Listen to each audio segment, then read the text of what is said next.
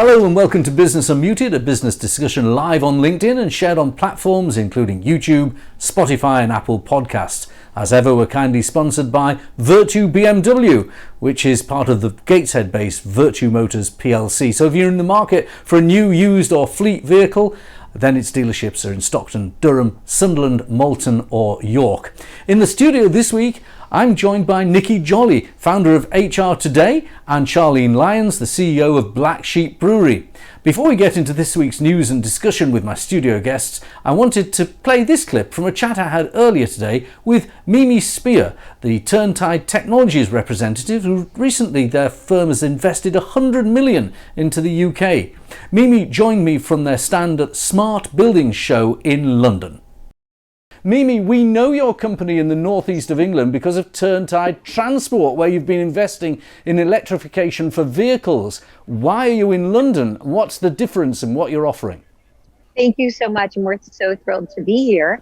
So we not only do electrification of vehicles, but we also work in the built environment. And today we are at the London Smart Buildings Show, and we are showcasing our solution for sustainable operations and buildings called Turntide for Buildings. And it's actually something that we just launched a couple weeks ago, and we are so thrilled to debut it here in London at the Smart Buildings Show. Now, I can see behind you on your projector lots of motors and bits of technology and diagrams. I'm sure if we were able to look at your presentation, we'd understand it better. But what does your solution involve? Thanks. Yeah. So what we do is we have, as you know, our smart motor system, which is kind of the Trojan horse of our solution. It allows for the most efficient motor with no rare earth magnets. And that's kind of the foundation of our solution. But because this is a connected motor and can actually connect to the rest of the building, we have a smart HVAC and smart operations solution that really helps customers to optimize conservation and energy within their building, but it also helps them lower the costs to operate and maintain their entire portfolio of buildings.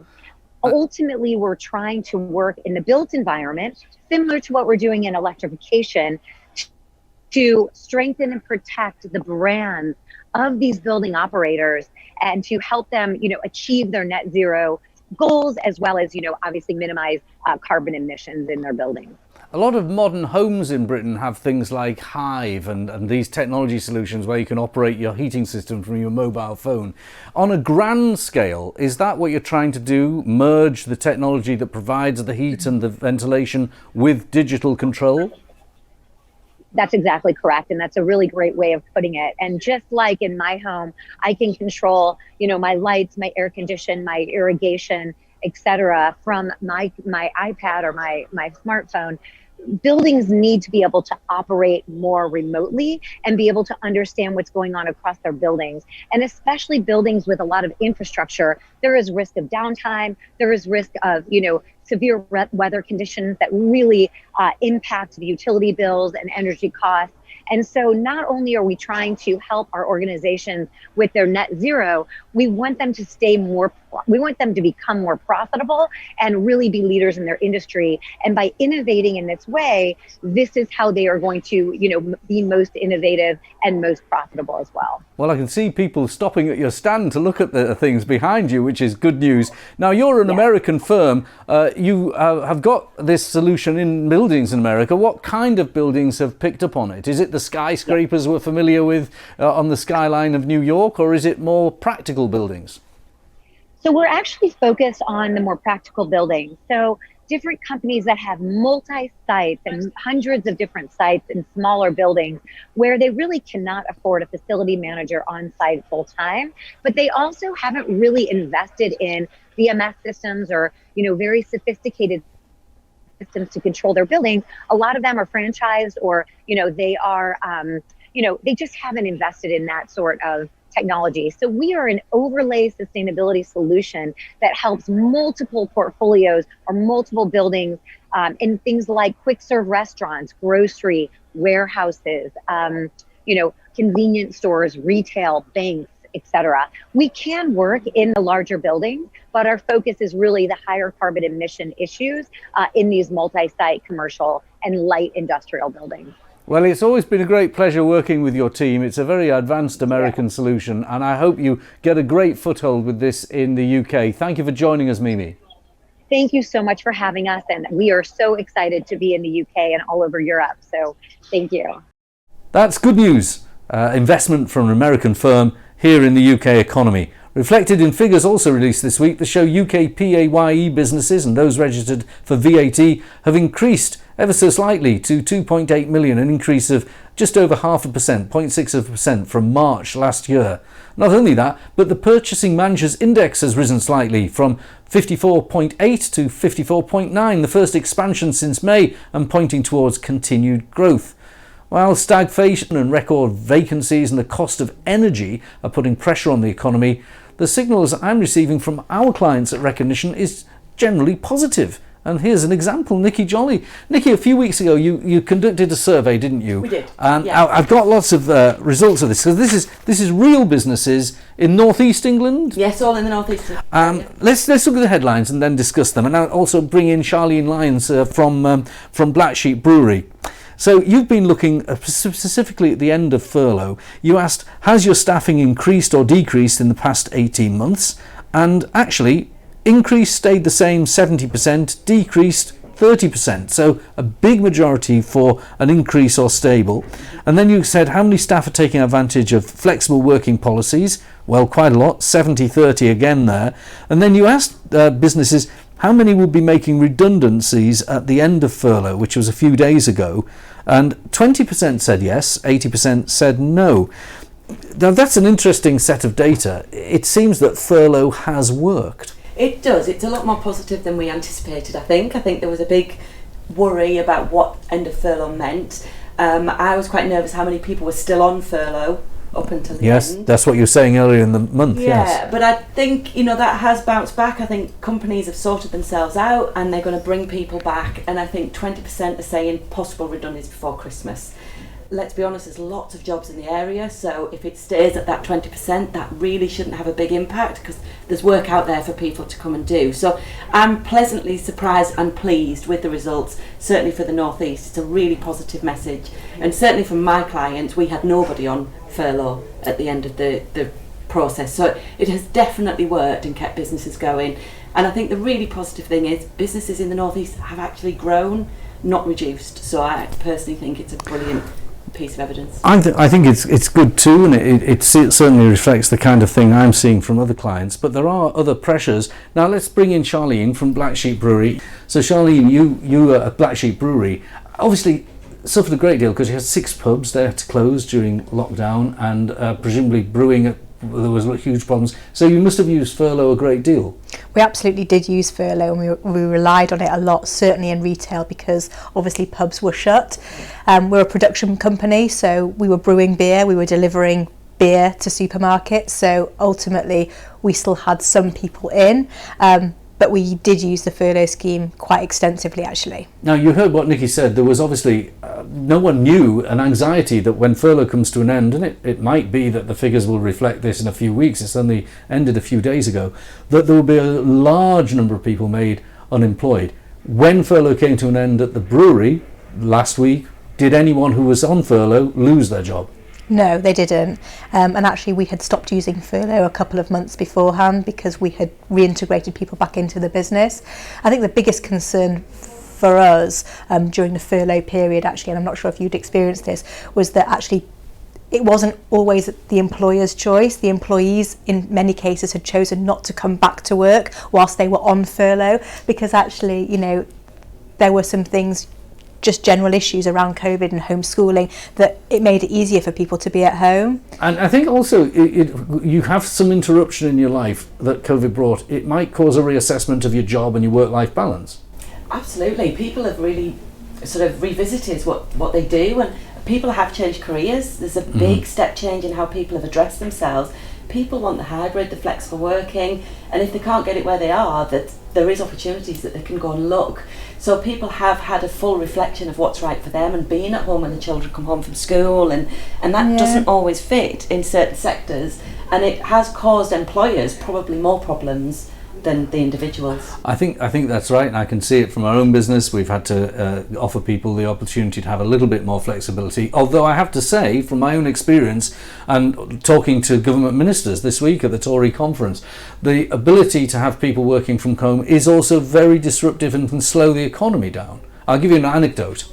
I won't name names, but I was transacting business with a large client of our firm and seeking to have payment made. But the accounts department was almost universally to a person working from home, and making the phone call meant sending an email, getting people to phone us back, trying to find their mobile phones, slowing down, albeit by only a few days, but then you multiply that over a few clients and suddenly you have cash flow. I think, sorry, go. It wasn't, I should tell you, it wasn't Black Sheep Brewery. No, it absolutely was not Black Sheep Brewery. Our finance team are well and truly in the business. But I think it's a really interesting point, and I think that as a business, we've certainly picked the things that people can do easily from home and allowed that transition to happen. There are certain things that cannot happen from home, and we've learned that over the period of time. Strategic conversations, innovation, all of that really important, all of those really important nurturing conversations that happen in the room, where you read off of people, where you thrive on the vibe.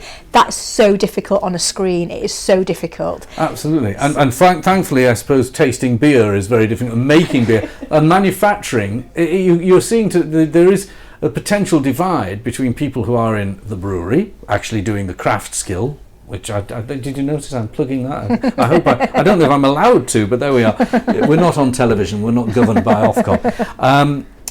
It's jolly nice, but there we are. But those craft skills, whether it be brewing or plumbing or building or electrical engineering, and the office worker skills, now HDV Drivers a point in case, there is a wage differential that's getting eroded, isn't there? There is, yeah. There's lots of things that are happening. There's a divide between, for the ones that can't work. We work with lots of manufacturing and engineering, and the office staff have been able to work from home. They physically can't.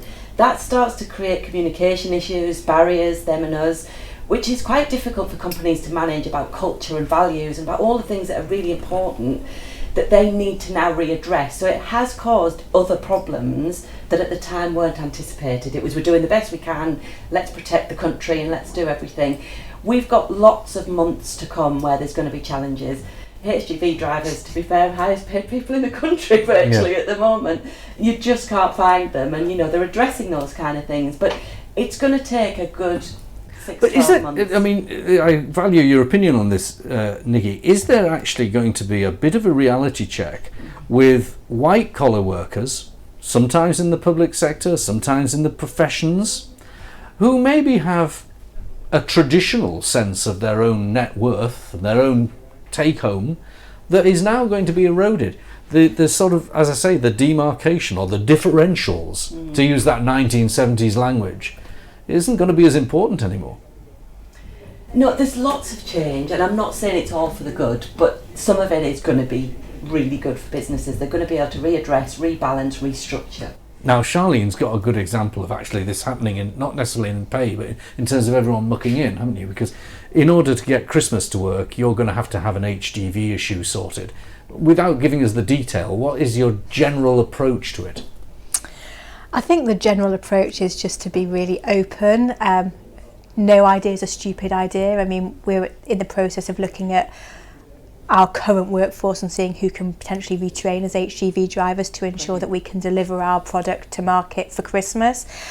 This whole summer period where we've seen the confidence in cars come back and therefore beer deliveries have been really busy, we don't have enough drivers because some have chosen to still be on furlough, or some have been off sick, or people have had holidays, and we've had our managing director out delivering beer into cellars. You do what you need to do. You you diversify in a way that you can diversify, but ultimately it becomes everyone's responsibility. It's a shared responsibility, and we very much take that approach at Black Sheep.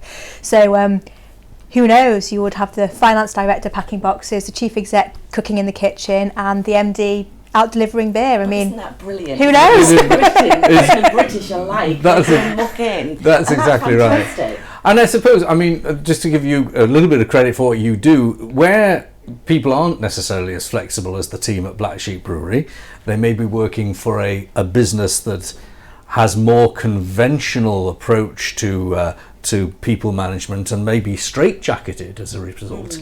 If managers and leaders like Charlene maybe need some advice on how to make it work, how to consult to have change, is this the kind of area you want to get involved in and help? This is where we can help them. It's about communication, about clarity. At the end of the day, the business have an objective to achieve, and they need to work with their employees to get as much buy-in as possible. But the reality is it still needs to be done. So there is certain processes that can be followed to ensure that the end result is met. The better you can do that, the better you can communicate, the more you're going to get the team spirit, you're going to get the creativity. But the reality is it has to happen. Okay. And that's where we support organisations to do that. I'm going to give the last word to you, Charlene, not least because you've got 2 bottles of beer brought in. But I noticed that your brewery was able to turn a profit this year. What does the outlook look like if you are taking a positive view on recovering from COVID? We are thrilled. We've made a profit this year in probably the most difficult of times.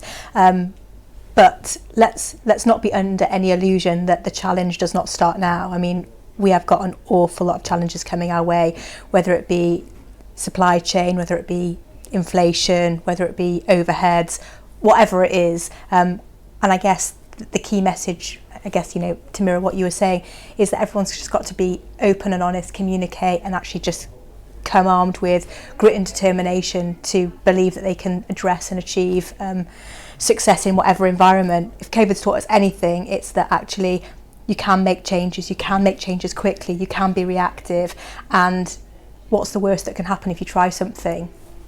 Great. Well, look, thank you both for joining me, and also thank you for Mimi earlier. And by the way, it was nice to see one of our Business Unmuteds where I was the only man on the programme, rather than so often one woman being the only woman on the programme. Join us again next week for another episode of Business Unmuted.